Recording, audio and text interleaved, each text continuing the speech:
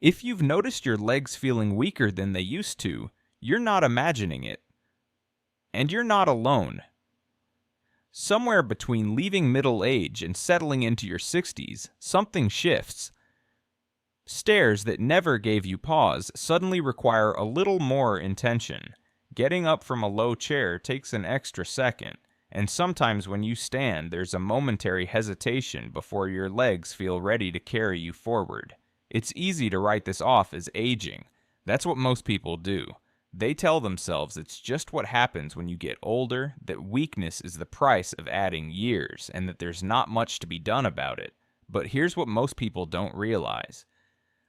Weakness in your legs isn't actually aging, at least not in the way you think. Aging is real. Your body does change over time, but the weakness you're feeling, that's usually something else, something quieter, something that's been building slowly out of sight while you were busy living your life. And the reason it matters to understand the difference is simple. If you think weakness is just aging, you accept it. You adapt around it. You start limiting what you do. But if you understand what's actually happening, you realize there's room to respond, room to rebuild, room to feel steadier and stronger than you have in years. So let's talk about what's really going on. When people talk about weak legs, they're usually describing a feeling, a sense that their legs aren't as reliable as they used to be. Sometimes it's a lack of power when climbing or lifting. Sometimes it's a wobbliness when standing or walking. Sometimes it's fatigue that arrives too quickly, even during simple tasks. The feeling is real, but the explanation most people give themselves, the idea that it's just their age catching up to them, misses most of the story. Because here's what studies show. Muscle strength does decline as we age. That part is true. But the rate of that decline and how much it affects your daily life depends far more on what you do every day than on how many birthdays you've had. In other words, it's not the years, it's the patterns.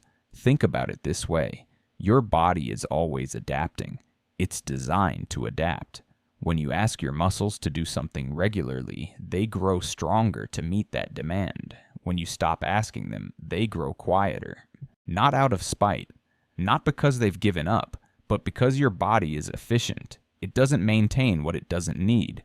And if you've been moving less, sitting more, avoiding stairs, skipping walks, or just generally doing fewer things that require your legs to push, lift, or stabilize, your muscles have been adapting to that too. This isn't about blame, it's about understanding. Most people don't suddenly decide to move less. It happens gradually. An injury keeps you off your feet for a few weeks. A busy period at work means less time for walks. Winter arrives and outdoor activity drops. A minor knee ache makes you avoid certain movements, and your body, always efficient, begins to adjust. Slowly. Quietly, until one day you notice that getting up from a chair feels harder than it should. The weakness you're feeling isn't your body giving up on you. It's your body responding to what it's been asked to do, or more precisely, what it hasn't been asked to do. But there's more to it than just muscles. Your legs aren't just about strength. They're about coordination, balance, and timing. Every time you stand, walk, or shift your weight, your nervous system is managing an incredibly complex task. It's processing signals from your feet, your joints, your inner ear, and your eyes. It's deciding which muscles to activate, in what order, and with how much force. It's keeping you upright without you having to think about it. And just like muscles, your nervous system adapts to what you practice. When you move in varied ways, when you challenge your balance, when you navigate uneven ground or change directions quickly, your nervous system stays sharp. It remembers those patterns. But when your movements become routine, when you stick to flat, predictable surfaces, when you slow down and simplify how you move, those patterns start to fade.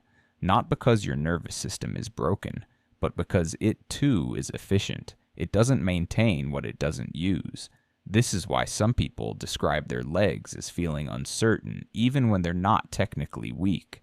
The muscles might still have power, but the coordination, the quick reflexes, the automatic adjustments that keep you stable, those have gotten rusty. And that rustiness feels like weakness, even though it's actually something different, something more like forgetting than failing. The good news? Your nervous system can relearn faster than you might expect, because unlike muscles, which take time to grow, coordination is about practice, and practice, even in small doses, can bring back a sense of steadiness that's been missing. Now let's talk about what else might be going on, because leg weakness isn't always just about movement patterns or muscle loss. Sometimes it's connected to other things happening in your body, things that are worth paying attention to. For instance, many people over 60 are managing health conditions that can affect leg strength without them realizing it. Conditions like diabetes, which can impact circulation and nerve function. Conditions like arthritis, which might not seem directly related to muscle strength, but can change how you move in ways that reduce activity over time. Conditions like thyroid imbalances or vitamin deficiencies, both of which can cause muscle fatigue and weakness that feel a lot like aging but aren't. Then there are medications. Some medications, especially when taken in combination, can contribute to muscle weakness or balance problems as a side effect. It's not something doctors always mention because it doesn't happen to everyone, but it happens often enough to be worth considering. And there's also the simple matter of nutrition.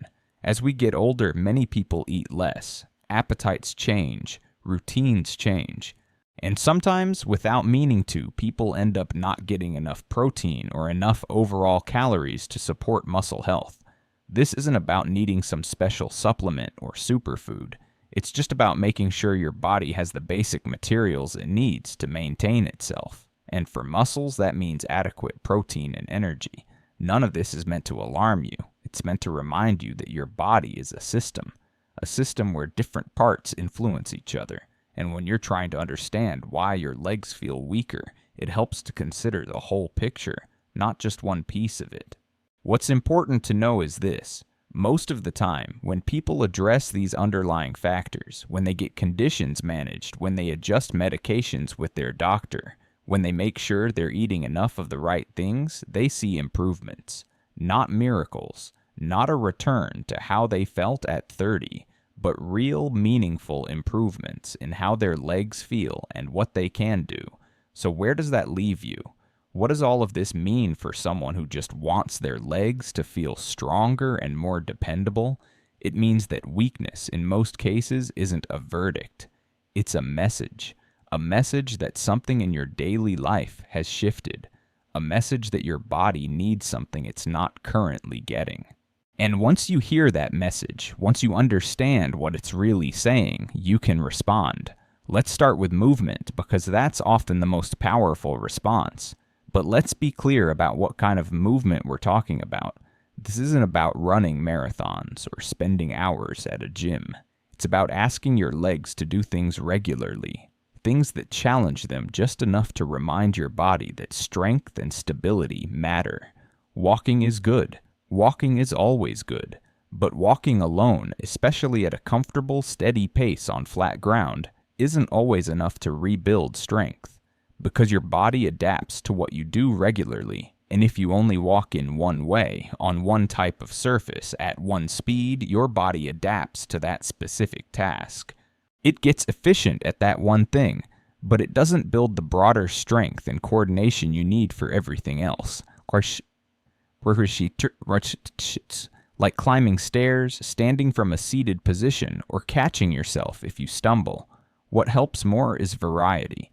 Walking at different speeds, walking on different surfaces, adding hills or inclines when you can, practicing standing up from a chair without using your hands, stepping up onto a curb or a low step, standing on one foot while you brush your teeth.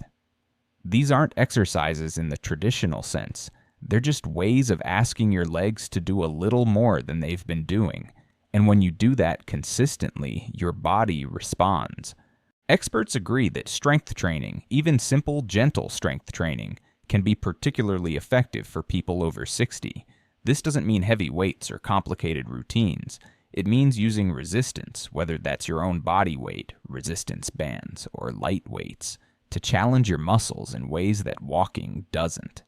Things like sit-to-stand exercises, gentle squats, or even just pressing your legs against resistance while seated.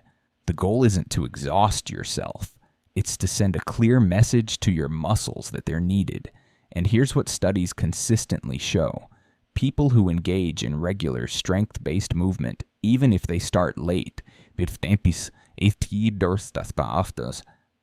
even if they've been inactive for years, often see improvements, not just in muscle size, but in function, in confidence, in how their legs feel when they ask them to do something.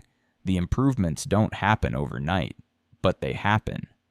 And they often surprise people who thought their weakness was permanent. But movement is only part of the equation.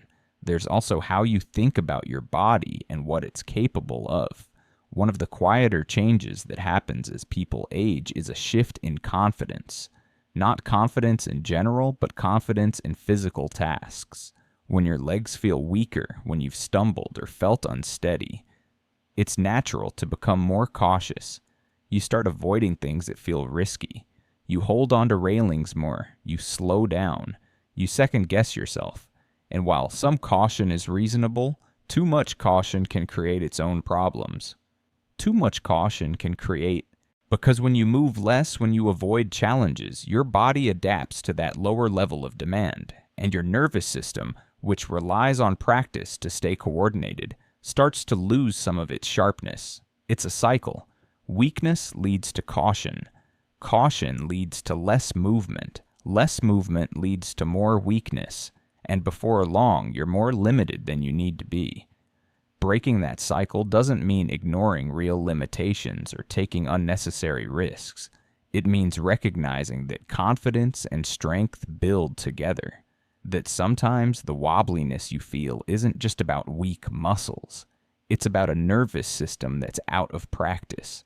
And the way to rebuild that practice is to move, even when it feels uncertain, even when it requires a little courage. This is where small, consistent steps matter more than big, dramatic changes. You don't need to transform your entire life. You just need to find ways every day to ask your body to do a little more than it's been doing, to stand a little longer, to move a little more intentionally, to practice the kinds of movements that remind your muscles and your nervous system that they're still capable. And as you do that, as you build back strength and coordination, something else often shifts. Your sense of what's possible, your belief in your own resilience. Because one of the most damaging parts of thinking weakness is just aging is that it makes you feel passive, like you're at the mercy of time. But when you realize that much of what you're experiencing is reversible, that that your body is still responsive, still capable of change, it opens up space. Space to take action, space to improve, space to feel more like yourself again. Now let's address the things that movement and confidence can't fix on their own.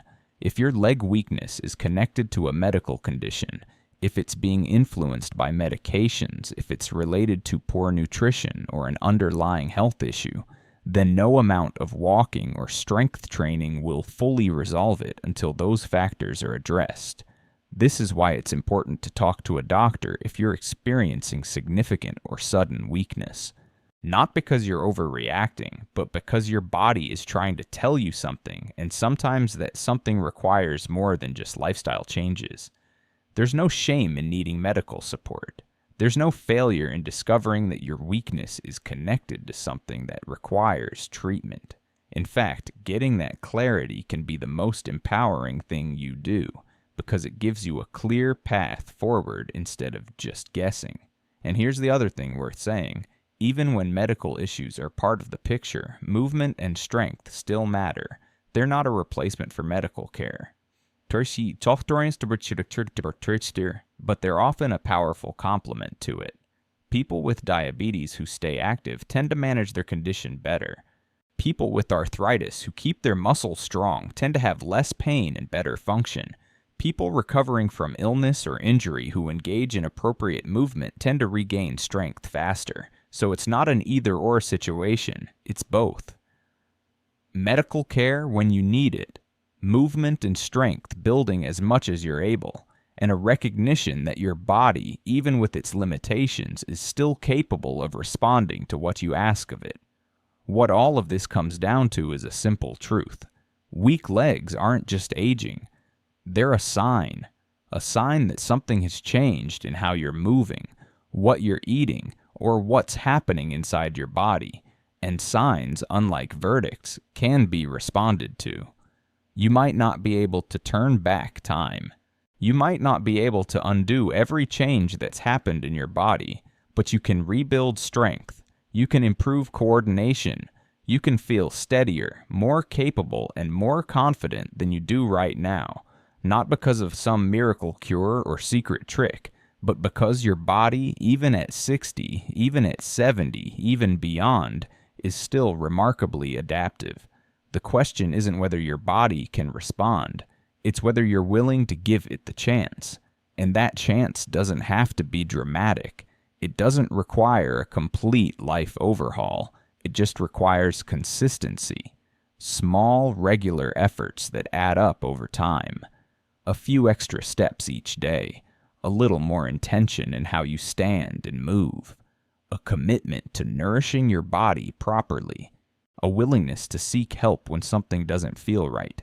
Because here's what often gets lost in conversations about aging. Decline is not inevitable in the way most people think it is. Yes, bodies change. Yes, some things become harder. But how much harder and how soon depends far more on what you do than on how old you are. And when you shift your focus from accepting decline to responding to it, you reclaim a sense of agency that changes everything. Your legs might feel weak right now. That's real. But that weakness is not a permanent state. It's not a life sentence. It's a moment in time. A moment where your body is asking for something different. And when you listen to that ask, when you respond with movement, with care, with attention to the things that matter, you often find that your body still has more to give than you thought. Strength isn't just about muscle. It's about resilience. About showing up for yourself. About refusing to accept limitations that aren't actually necessary. And the beautiful thing is, it's never too late to start. Never too late to take that first step. Never too late to discover that you're more capable than you believed. So if your legs feel weaker than they used to, don't just accept it as aging. Ask what's really happening. Ask what might have changed. Ask what you can do differently. And then, gently, consistently, give your body the chance to show you what it's still capable of. Because you deserve to feel strong. You deserve to feel steady. And you deserve to know that weakness, more often than not, isn't the end of the story. It's just the beginning of a different chapter. One where you take the lead.